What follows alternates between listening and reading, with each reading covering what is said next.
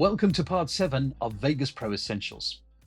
When it comes to a video shoot, there are typically two things you want to capture: video and audio. I know that's obvious, but you can capture video and audio together in a single file using a phone or whatever camera you're using. But there are also instances where video and audio are recorded separately. This could be for quality reasons, or you prefer using a separate audio recorder. Irrespective of the situation, Vegas Pro is well equipped to handle both scenarios. Here we have a synced video and audio source, and let's edit this to the timeline. Using the usual left click followed by drag and drop will edit both video and audio to the timeline. So you can rapidly assemble these events just like any other. Let's say you only want to edit with the video of the media and not the audio. Instead of using left click, use the right click button on your mouse and drag the event to the timeline.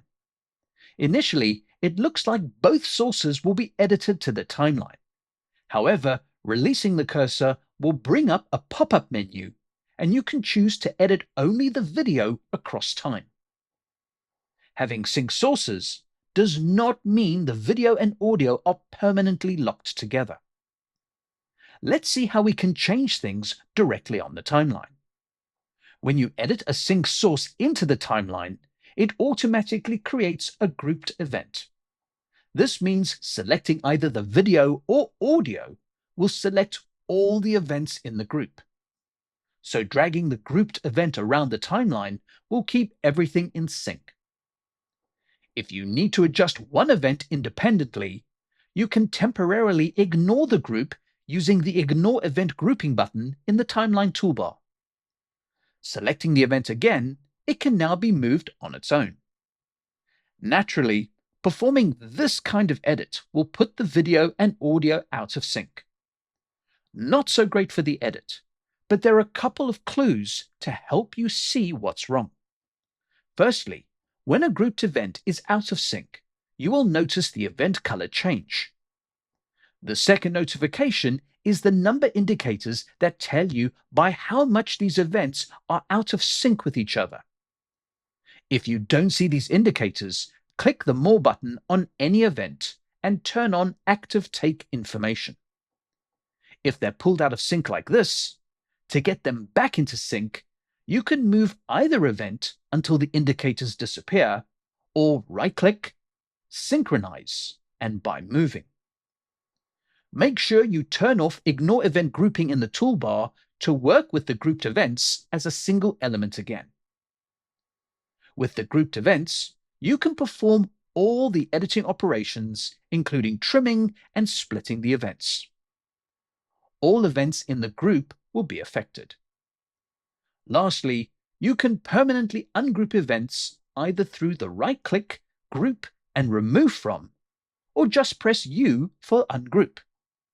The events now move independently with no connection. The other scenario I mentioned at the beginning of the video was working with separate video and audio sources. For example, you want to match good audio with bad on-camera mic audio. With this workflow, drag your video and audio events to the timeline. Next, move the events around until the sound or sync lines up. You can play events to double-check the sync. Once you've got alignment, select the video and ungroup it from the camera audio. You can mute or delete the camera audio event. Next, select all the remaining corresponding events, right-click, choose Groups, and create New. You can also press G to create a group from the selection. This grouped event will now behave like the others to make editing consistent. As a final thought on event groups, don't just think of them for synced video and audio. You can group any selection of events and move them around as a single group. This is useful for grouping sections of the edit that are complete, and you simply need to move them around. In the next video, we're going to take everything you've learned so far and do a small editing exercise for you to follow along and get used to the tools. See you shortly.